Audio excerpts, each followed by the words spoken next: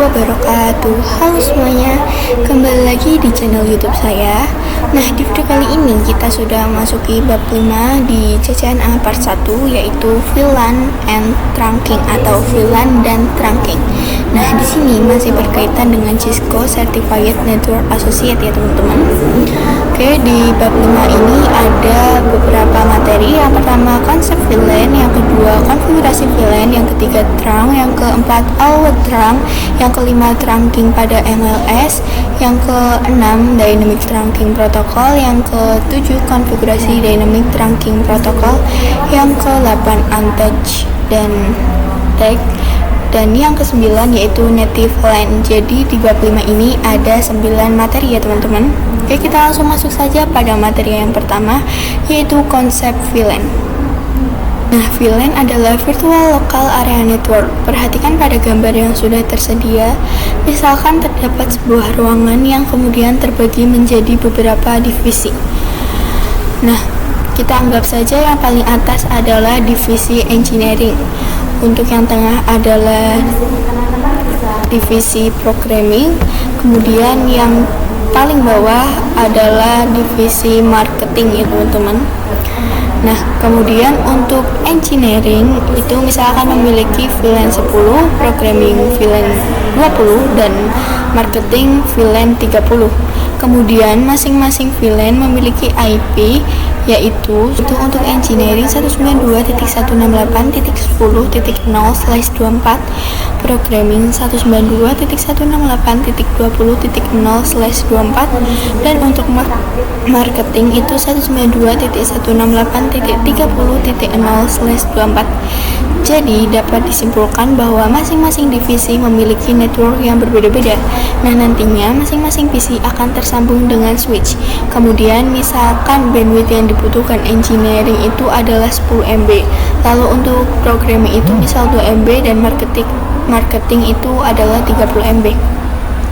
Nah, disinilah VLAN dibutuhkan karena untuk memanajemen jaringan. Selain itu, VLAN berfungsi untuk memecah broadcast domain. Seperti yang kita bahas sebelumnya, broadcast domain yaitu mengirimkan paket ARP ke setiap device yang tersambung. Misalkan PC 1 akan mengirimkan paket ke PC 2, maka nanti PC 1 akan mengirimkan melalui switch, kemudian switch akan mengirim ke PC 2 dan PC lainnya. Nah, dalam konsep VLAN ini nantinya switch tidak akan mengirim ke divisi lain karena VLAN telah memecah broadcast domainnya.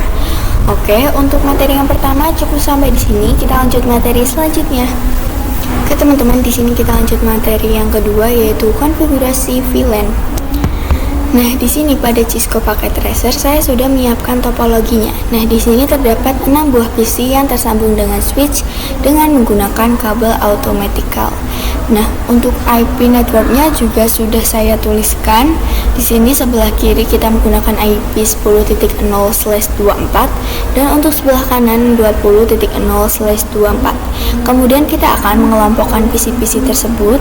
Nah, di sini kita bisa klik tombol persegi panjang. Lalu teman-teman tinggal ukur seberapa panjang untuk mengelompokkannya. Gitu ya teman-teman. Perlu diketahui VLAN range dari 1 hingga 496.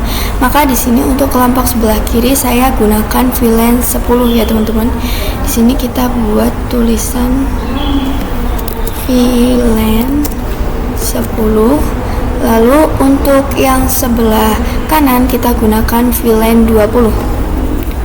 VLAN 20. Nah, selanjutnya kita akan konfigurasi IP PC ya teman-teman.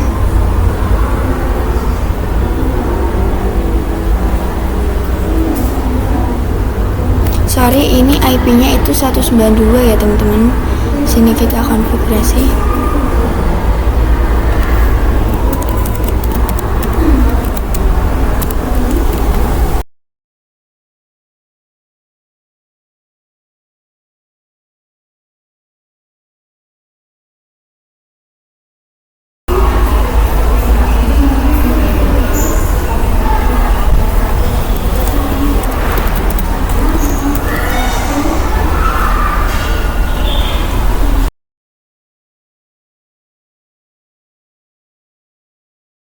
sudah, kita bisa cek koneksinya dari PC 1 ke PC 2. Sini kita coba dari PC 1 ke PC 2, dari PC 2 ke PC 3. Kita coba dari PC 4 ke PC 4 ke PC 5. Lalu dari PC 5 ke PC 6. Maka di sini ia akan memberikan keterangan successful. Namun jika kita coba dari PC 1 ke PC 4, di sini dia akan memberikan keterangan yaitu di sini failed ya teman-teman, karena ia berbeda network. Nah, maka di sini kita akan konfigurasi pada switch untuk melakukan konfigurasi VLAN. Nah, di sini kita bisa masuk pada switch. Lalu di sini kita masuk ke mode privilege. Lalu masuk ke mode global. Config. Nah, setelah itu kita coba untuk membuat VLAN dengan mengetikkan VLAN 10. Lalu kita berikan nama untuk VLAN tersebut yaitu programming.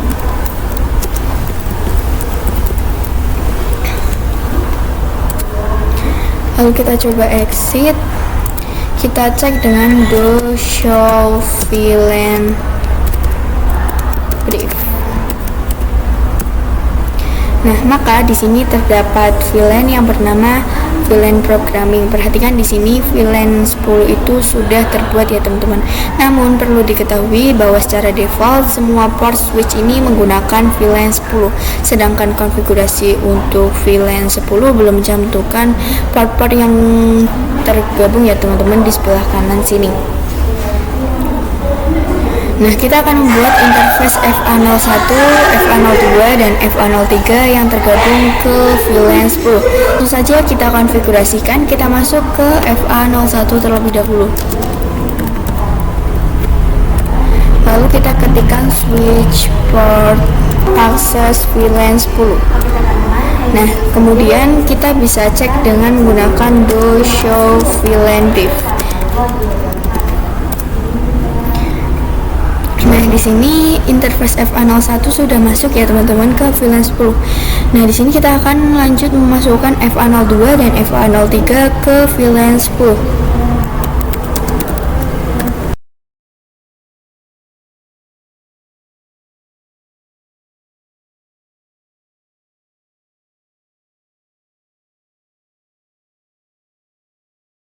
Oke teman-teman, di sini saya akan mengecek dengan do show VLAN brief. Nah, di sini FA01, FA02, FA03 sudah masuk ya teman-teman ke dalam VLAN 10. Selanjutnya kita bisa memasukkan port 20 dari PC 4 hingga 6 ke dalam VLAN 20.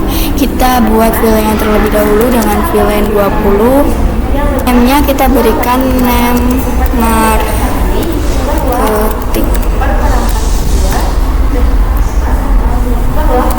Nah, di sini sudah terbuat ya teman-teman VLAN 20-nya. Nah, jika VLAN 20 sudah terbuat, kita bisa masukkan FA04 hingga FA06. Di sini kita ketikkan saja interface range FA04 hingga FA0/4 sampai 6. Nah, di sini enter. Nah, setelah kita berikan komen, kita masukkan perintah switch port mode akses, lalu switch port akses VLAN 20. Nah, di sini kita bisa cek. Oke, di sini FA04 hingga FA06 sudah masuk ke dalam VLAN 20 ya teman-teman. Kita bisa lihat bagaimana ARP tabelnya. Namun sebelum itu kita bisa menghapusnya terlebih dahulu di sini. Karena sebelumnya kita telah melakukan tes koneksi. Namun sebelum itu kita bisa menghapusnya terlebih dahulu karena sebelumnya kita telah mencoba tes koneksi. Sini masuk ke CMD. Kemudian di sini ketikkan ARP spasi min D, lalu ARP spasi min A. Nah, lakukan yang sama di semua PC ya teman-teman.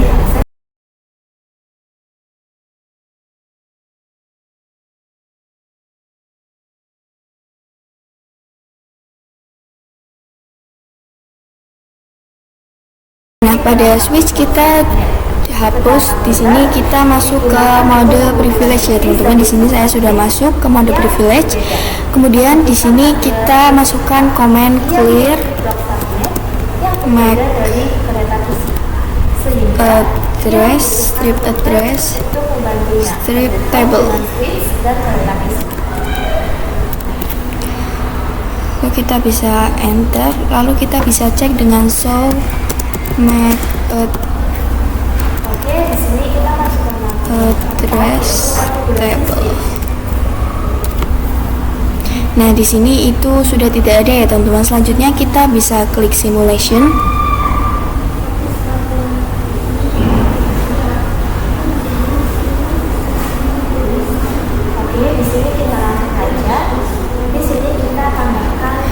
Nah, di sini selanjutnya kita bisa kirimkan paket dari PC 1 ke PC 2.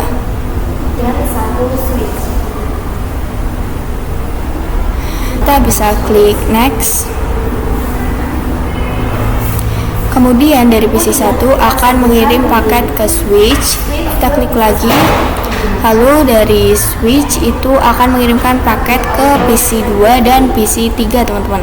Namun switch tidak akan mengirimkan paket ke PC 4 ataupun PC 5 karena mereka sudah berbeda network dan berbeda VLAN sehingga memecah broadcast domainnya ya teman-teman. Oke, untuk materi yang kedua cukup sampai di sini. Kita lanjut materi selanjutnya. Oke teman-teman, di sini kita lanjut materi yang ketiga yaitu trunk. Trunk berfungsi untuk menghubungkan antar switch, artinya mengizinkan beberapa VLAN untuk berkomunikasi melalui satu jalur. Nah, perhatikan pada topologi di sini saya telah menambahkan satu ruangan yang berisi perangkat jaringan sama persis dengan sebelumnya dengan konfigurasi juga sama persis. Dan untuk antar switch saya gunakan kabel automatically. Nah, namun untuk IP-nya di sini saya berikan range dari 10.4 hingga 10.6 dan juga 20.4 hingga 20.6. Langsung saja kita gunakan trunk agar VLAN dapat saling terhubung.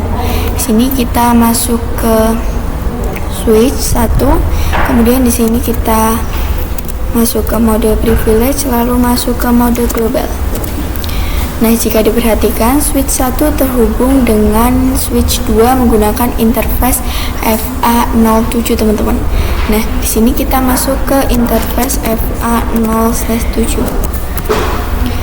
Kemudian di sini kita ketikkan switch port mode trunk.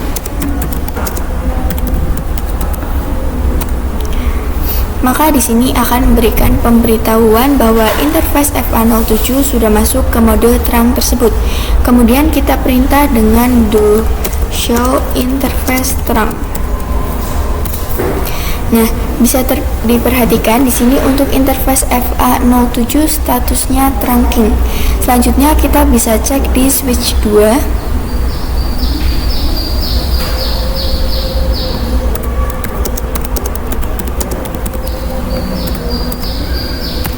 Di sini kita ketikkan do show interface trunk.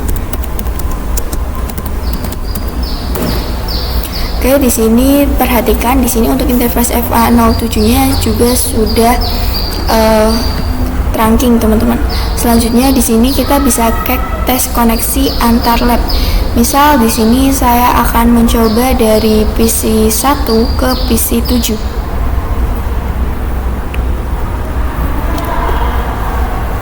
Nah, di sini mendapat keterangan sukses, artinya kita telah berhasil melakukan konfigurasi trunk, teman-teman. Nah, di sini kita delete. Kemudian kita juga bisa melihat bagaimana proses ARP tabelnya. Nah, seperti biasa kita bisa klik simulation. Sini kita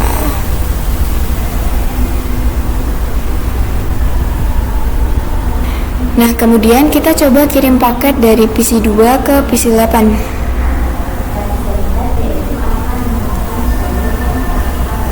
Menggunakan tipe ARP. Kemudian di sini saya klik next. Nah, perhatikan di sini PC 2 akan mengirimkan paket ke switch. Kemudian di sini kita klik lagi. Nah, dari switch dia akan melakukan broadcast yaitu PC1 dan PC3 dan ke switch 2. Di sini untuk PC1 dan PC3 itu akan menolak ya teman-teman.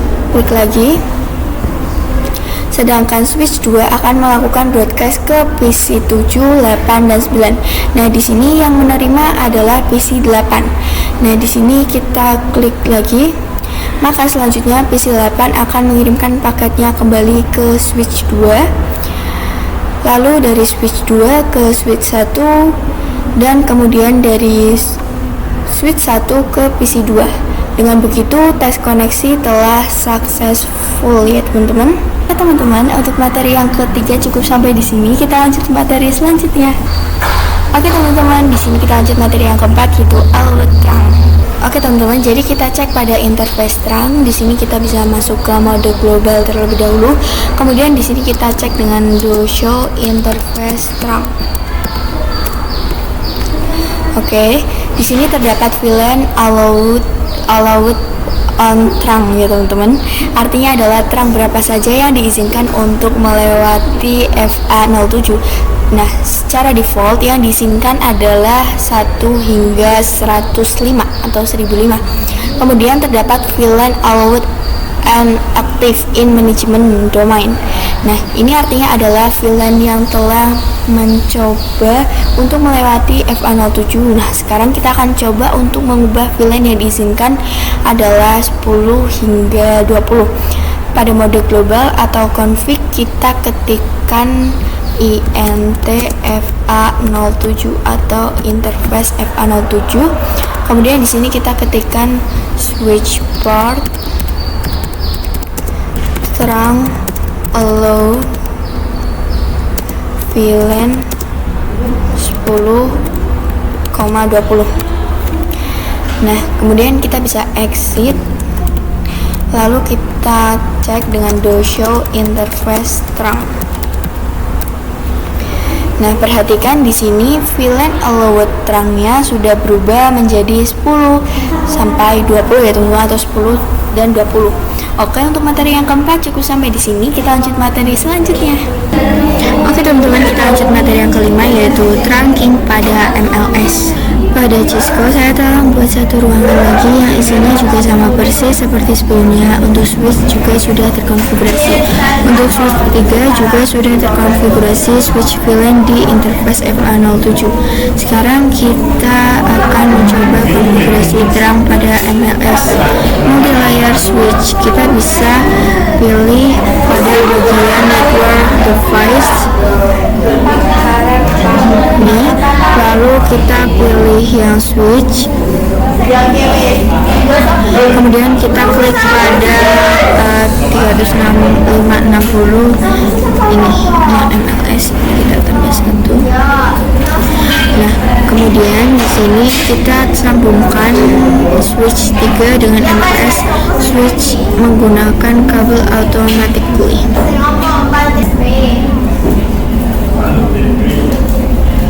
Lalu di sini kita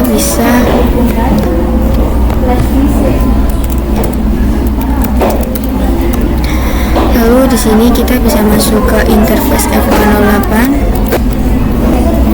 Nah, di sini setelah kita masuk ke interface FA08, di sini kita ketikkan switch port mode terang. Kemudian kita ketik do show interface terang.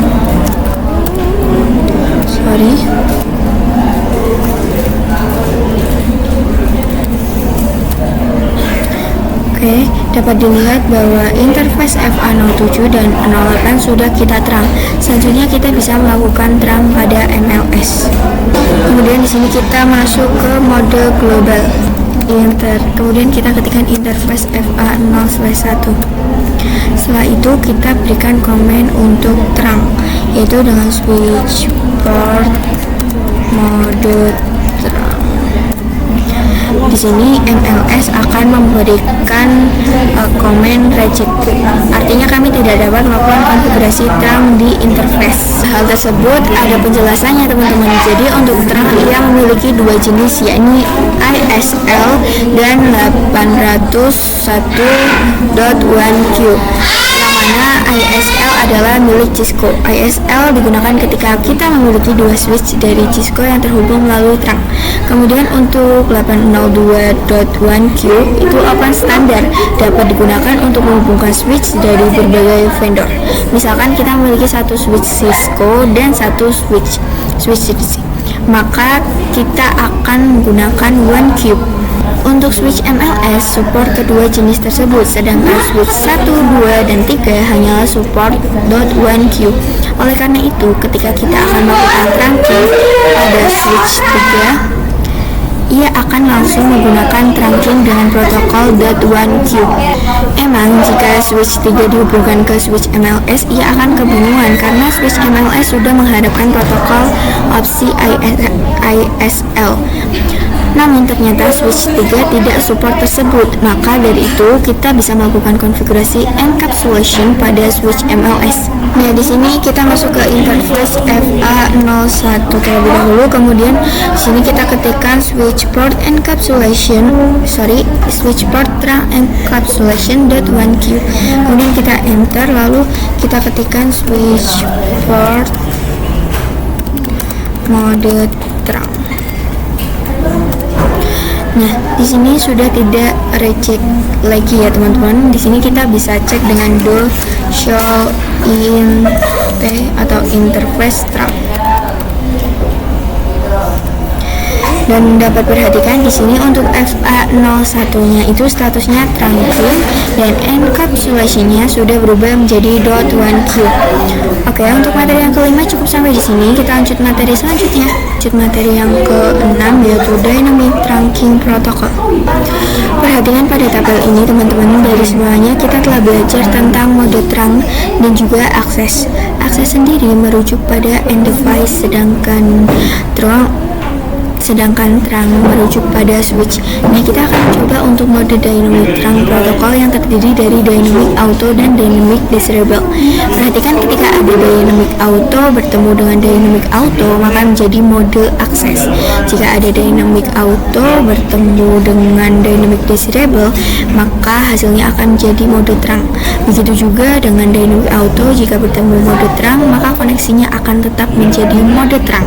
Sedangkan yang terakhir, ketika dynamic auto bertemu dengan mode akses, koneksi akan menjadi mode akses. Sebagai contoh, di sini terdapat dua switch yang terhubung dengan kabel. Misalkan switch 1 dikonfigurasi dengan dynamic auto, kemudian switch 2 dikonfigurasi dengan dynamic disable. Dalam situasi ini, kedua switch akan bernegosiasi dan hasilnya koneksi kabel antara keduanya akan menjadi mode trunk. Dapat disimpulkan untuk dynamic auto sifatnya adalah menunggu, sedangkan dynamic disable sifatnya mengajak. Kemudian mode trunk dan akses sifatnya adalah memaksa. Misalkan switch 1 dikonfigurasi dengan dynamic auto, lalu switch 2 dikonfigurasi trunk. Switch 1 yang sifatnya menunggu maka dipaksa switch 2 untuk koneksinya berubah menjadi trunk. Teman-teman, untuk materi yang ke-6 cukup sampai sini. Kita lanjut materi selanjutnya. Oke teman-teman, di sini kita lanjut materi yang ke-7 yaitu konfigurasi dynamic trunking protocol. Nah, di sini saya sudah menyiapkan dua buah switch yang terhubung dengan kabel automatically. Sebelum melakukan konfigurasi, kita bisa cek terlebih dahulu mode yang digunakan oleh masing-masing switch. Nah, di sini kita masuk ke mode privilege. Kemudian di sini kita bisa show interface FA0/1 switch port. Perhatikan pada administratif mode ini. Jadi administratif adalah mode yang akan kita konfigurasikan, sedangkan operasional adalah hasil atau mode yang dijalankannya. Nah, by default itu untuk administratif menggunakan dynamic auto karena sudah dipastikan switch 50 defaultnya menggunakan dynamic auto. Maka untuk operasionalnya hasilnya akan menjadi mode akses teman-teman. teman-teman bisa cek sendiri. Maka di sini saya akan langsung konfigurasi di switch 4-nya saja. Di sini akan berubah menjadi dynamic desirable ya teman-teman. Kita akan mengubahnya. Pertama kita masuk ke conft, lalu kita masuk ke interface FA0/1. Kemudian di sini kita masuk ke switch port mode dynamic desirable. Enter. Nah, untuk mengecek kita bisa exit terlebih dahulu. Exit. Kemudian di sini kita ketikkan lagi show interface FA0/1. Switch port. Oke teman-teman, di sini perhatikan pada administratif mode dia sudah berubah menjadi dynamic desirable.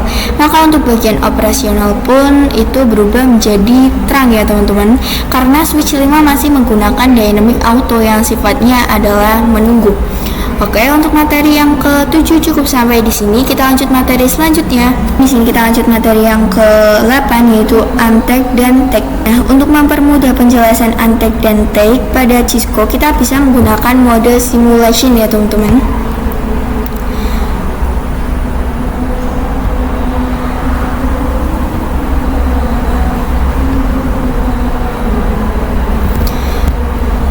Kemudian kita kirim paket atau surat dari PC 11 ke PC 17.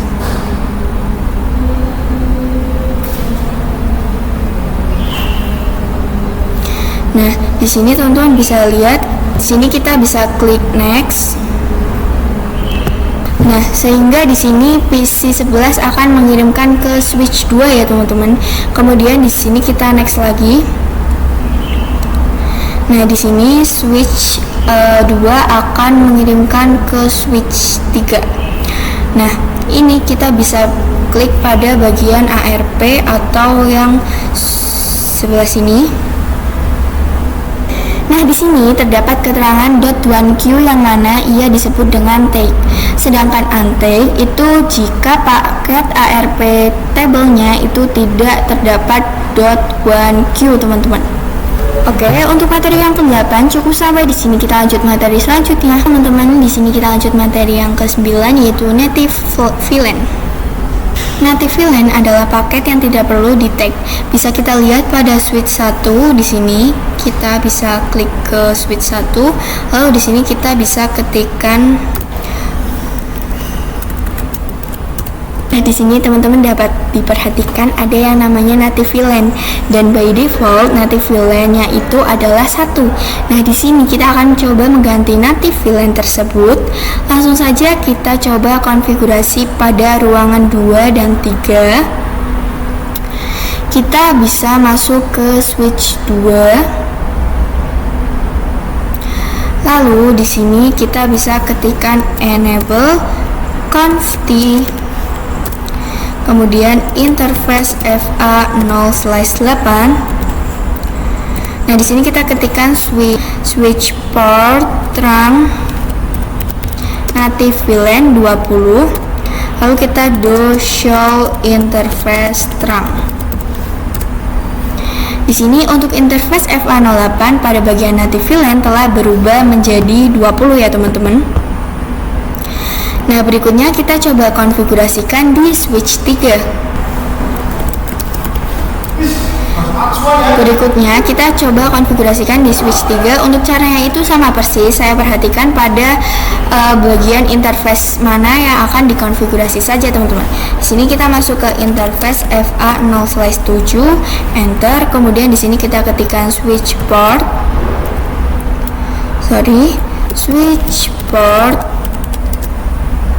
terang native VLAN 20.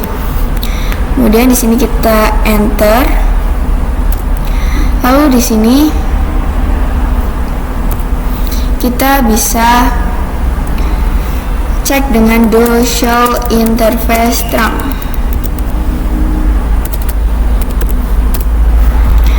Oke. Jika sudah, di sini terdapat Nah, jika sudah, di sini dapat diperhatikan native relay-nya pun sudah berubah menjadi 20 ya teman-teman. Dilihat pada interface FA07. Nah, ini sudah berubah menjadi 20. Selanjutnya kita bisa melakukan tes koneksi dengan mengirim paket dari PC 12 ke PC 18. Kita masuk ke mode simulation PC 12 ke PC 18. Nah, di sini kita bisa klik next. Di sini kita bisa klik next, lalu kita klik next lagi. Nah, di sini pada bagian switch 2 dan switch 3 bisa kita klik.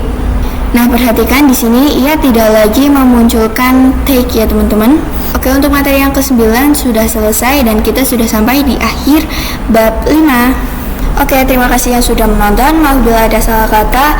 Wassalamualaikum warahmatullahi wabarakatuh.